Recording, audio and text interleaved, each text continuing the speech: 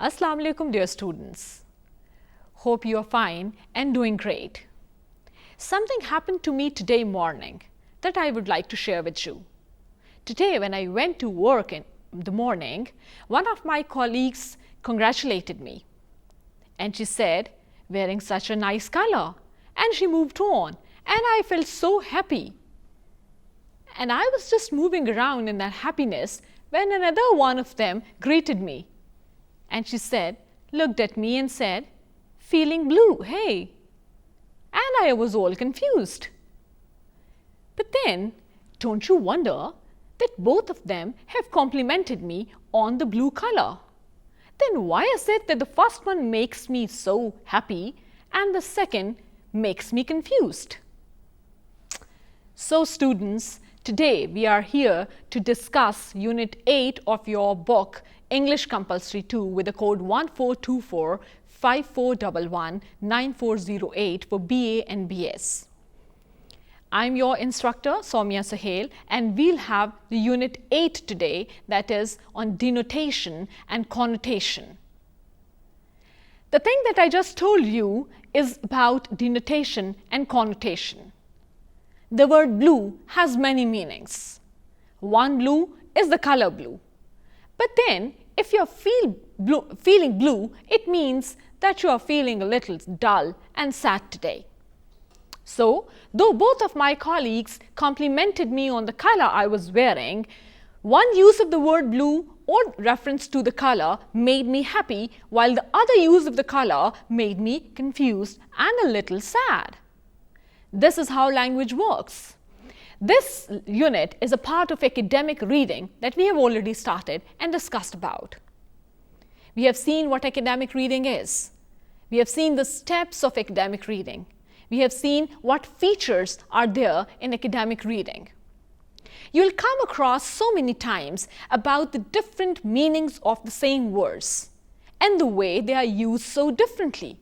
So much so that you'll be surprised like I was today morning. And you won't be able to decide whether the use of the word was right or wrong. And you must have noticed that the right or the wrong use of the word in right or the wrong place can even affect the mood of the person you're talking to.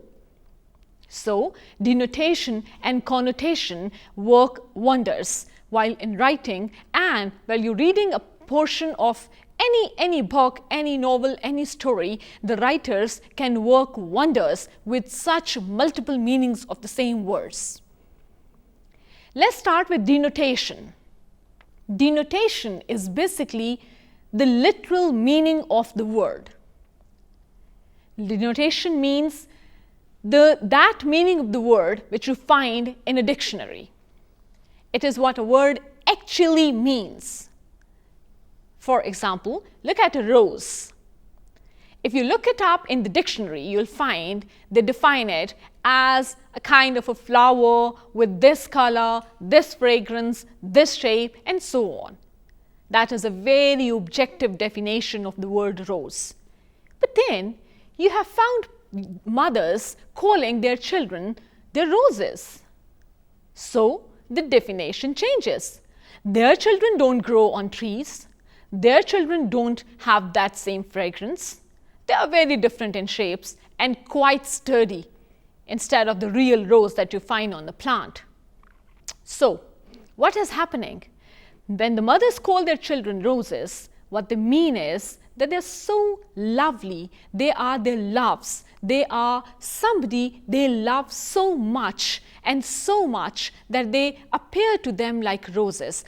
To them, they are more beautiful, they are more valuable, they are more lovely than real roses. Now here comes the use of connotation. Connotation is a meaning of the word that is implied, that may not be the literal definition of that word, but it is an association that is either emotional or imaginative. This emotional and imaginative association with the meaning of the word is called connotation. There are certain influences that create these connotations of the word. These can be some personal influences, These can be social influences and there can be cultural influences also. One word may have a very different connotation in one culture and may have a completely different connotation in another. For example, here in Pakistan, when you say that you're going to get some gas for your car, you mean CNG. You'll go to gas station and get some CNG. But if you hear somebody saying the same sentence in America, they don't mean CNG. They mean gasoline, petrol. So when they go out to get some gas for their car, it's not CNG, it is gasoline, petrol. So the words may have cultural influences also. And then there are social influences. There are some personal influences also. Maybe sometimes you have attached a certain association with a certain word. And once it is spoken to you, it brings back all those memories and all those emotions that were attached with it. In all cultures, in all societies, in everyone's lives, you find such influences. So connotation is the meaning of the word that is given to it to give it, you can say, a bigger horizon. It can mean so much other than what you find in a dictionary. Let me tell you something really interesting. It may be hard for you to remember what denotation was and what connotation is. So let's make it easy for you. Denotation of a word is, we say, the dictionary meaning of a word. So to remember denotation, D is for denotation and D is for dictionary. So you can always remember by this association that denotative meaning, denotation is the literal meaning, is the dictionary meaning of a word. On the other hand, connotation is the one that belongs to the context in which the word is used. In academic reading, Unit 6, we have already talked about what context is. And while you're reading, dear students, while you're living, while you're talking to people, while you're communicating, context is something that you can never get rid of. When you read a novel and you just take out a line out of that whole novel, it may not mean anything or it may be very meaningless. But once it is read in the context, it is then that it starts creating a meaning. So context is basically the background, the surrounding of that word that starts giving it meaning. So if C is for connotation, C is for context. So to remember connotation, you can have the word context in mind. So the contextual meaning may also be a connotation of a certain word. Let me tell you a very interesting technique that the students all over the world employ to make themselves better readers. What they do is that so many times while you're reading a novel, when you're reading for pleasure purposes, some novels or newspapers or pamphlets, so many times you may not have a dictionary at hand to see what the word that you don't know the meaning of actually means. So what would happen? Would you stop reading? Would you stop there, put it away for some other day? Or would you continue with it and would try to see what the whole passage or the whole story or the whole novel means? The technique is that you go on reading. And instead of trying to find the dictionary meaning of that word, you try to infer the meaning from the context. You try to know the meaning of the word from the context in which it appears. And let me tell you, it is successful most of the times, maybe more times than you had ever imagined. If you stop at every word while you're reading a bedtime story and start looking its meaning in the dictionary, believe me, all pleasure would be gone. So in order to have that pleasure of bedtime reading, to have it all to yourself, the best technique is that you just keep on reading and try to infer the meanings of the words from their context. And believe me, you'll be correct more than 80% of times. There may be certain words on which the whole paragraph or the whole story is based, and unless you know their meaning, or maybe they are being repeated so many times in the story that unless you know their meanings, you won't be able to understand the very gist of the story. Otherwise, this is not the case. Even if you don't know the meaning of many words in a story, you'll understand what the story is all about. And that is the task of a reader. The task of a reader is not to know the meaning of each and every word in the story. Sometimes I'm specifically talking about the times, the instances where you are supposed to take a gist of the whole thing instead of focusing on each and every word, where you're reading at bedtime or you're reading to build some understanding of some phenomenon. So you'll see that denotation and connotation work in wonderful ways. And yes, there is something interesting for you to notice. So many times, the denotation, the dictionary meaning of a word may not help you in understanding its use in that particular passage. Rather, it will be easier to understand its use in the passage if you know the connotation in which it is used. Now, this brings us to the use of thesaurus. This brings us to the knowledge of synonyms. All good dictionaries, when they give you the meaning of a certain word, the literal meaning of a certain word, they also give you the synonyms and antonyms of that word. Now, the synonyms of that word mean the same with little differences. But then the question arises, is it that you can use all those words interchangeably? Can you use any word that comes under the heading synonym for a certain word? Can you use that word instead of that word at all times? No. The answer is a big no. You can't do that.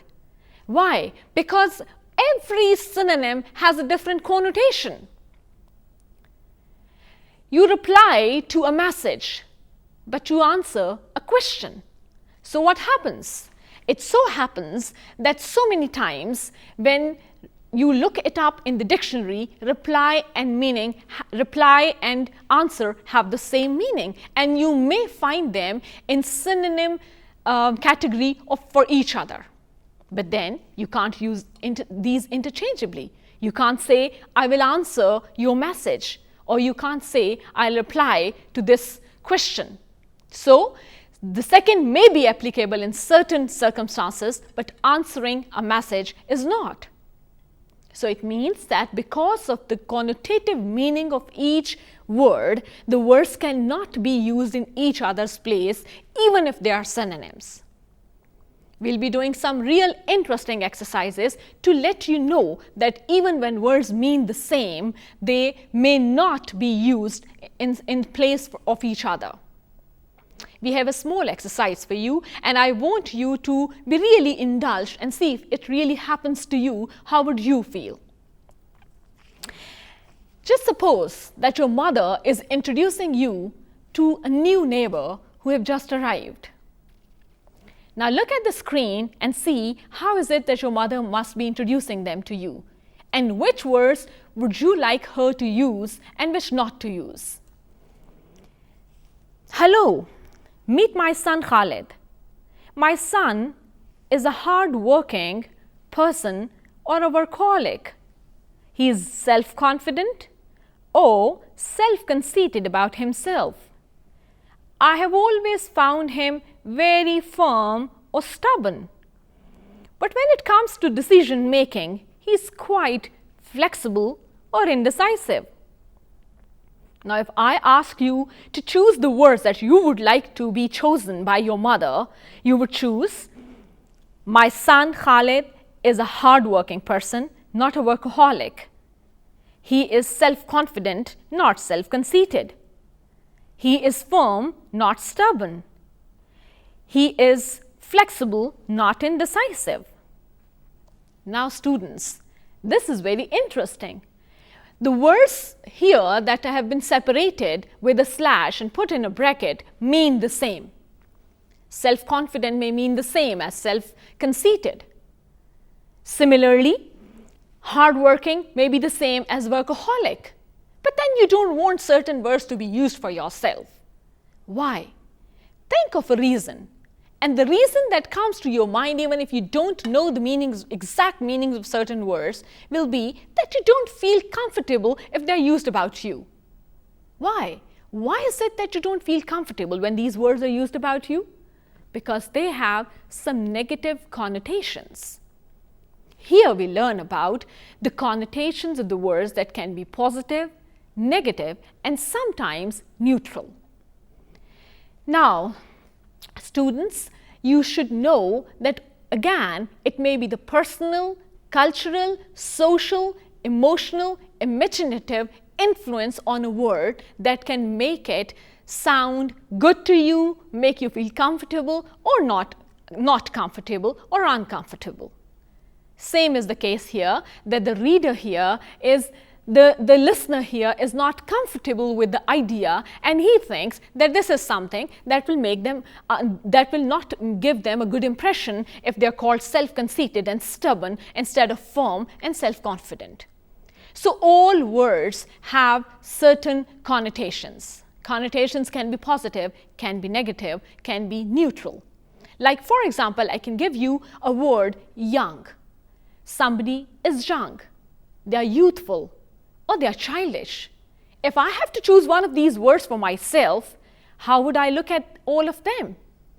If I call myself young, that is a neutral connotation. It has no connotation, but it has to do with my age.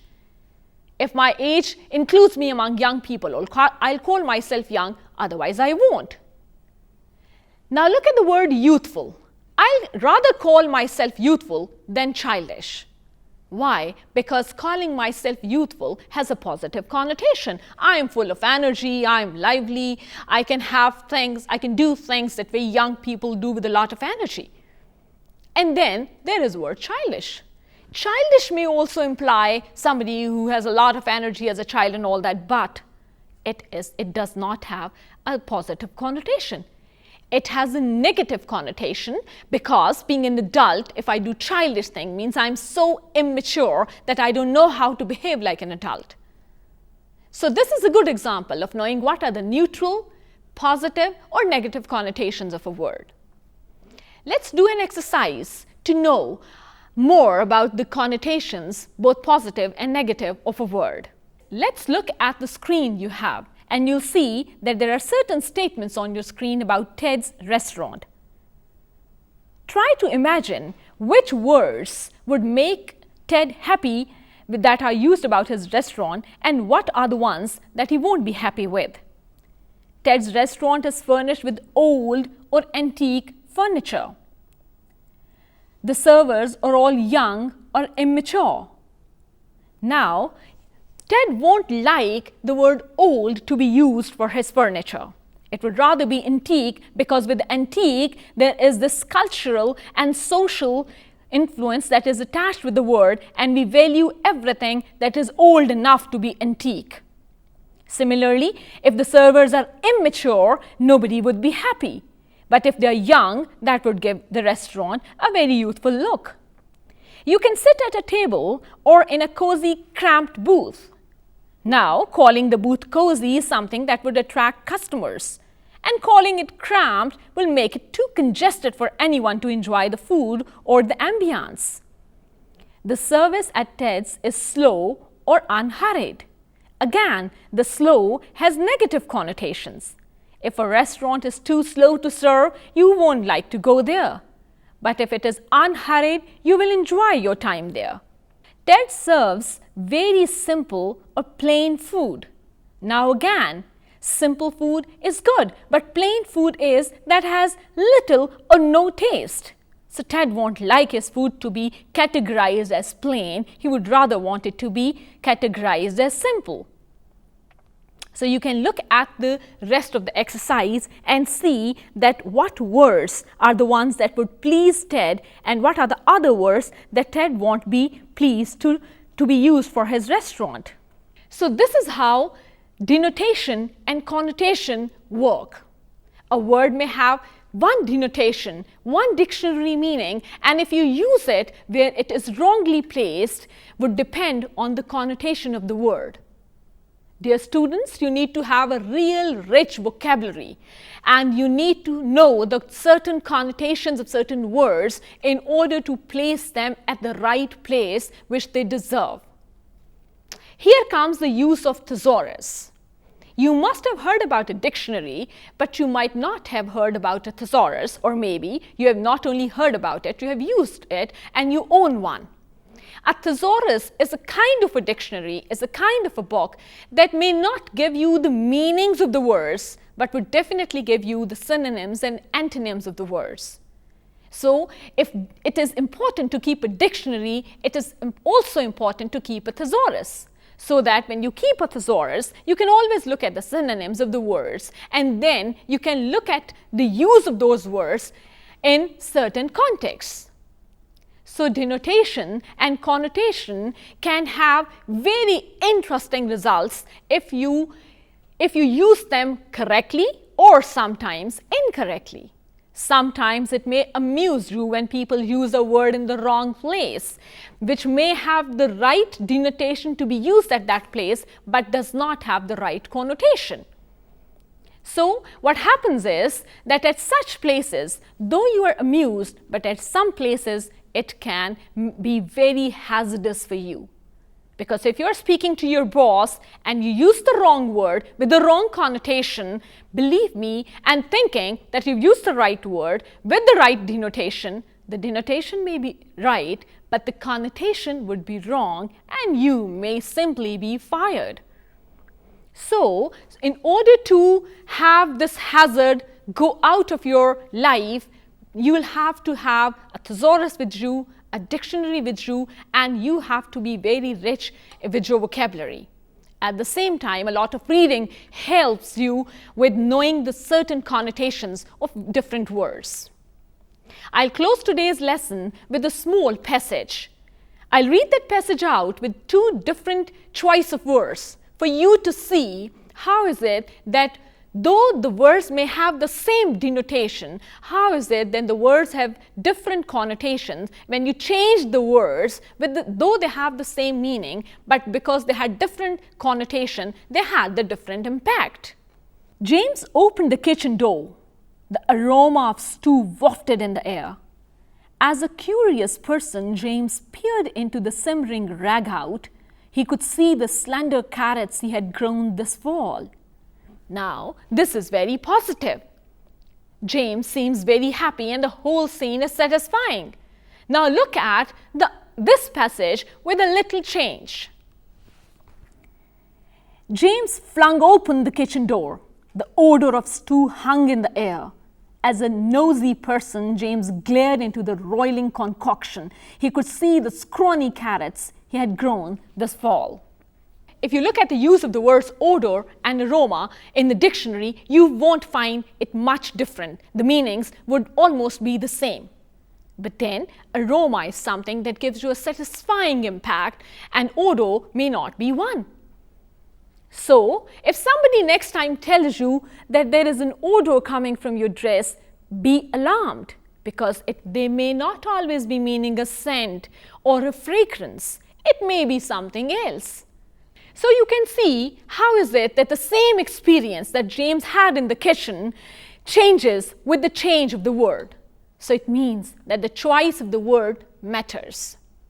So next time if somebody tells you that there is an odor coming from your dress, don't be very happy, be alarmed because they may not be meaning the scent or the fragrance. They may have something else in mind and they can smell some real bad sweat on you maybe. So, it means that knowing the connotation of the words sometimes helps you in better communicating with people around you and understanding them better. So, this play on words would be better understandable for you if you read the unit from the book, Unit 8, and you do all the exercises to get to know denotation and connotation better. I hope that this lesson was not only interesting, but had some real interesting insights for you to know how is it that language works wonders. Until the next unit, Allah Hafiz.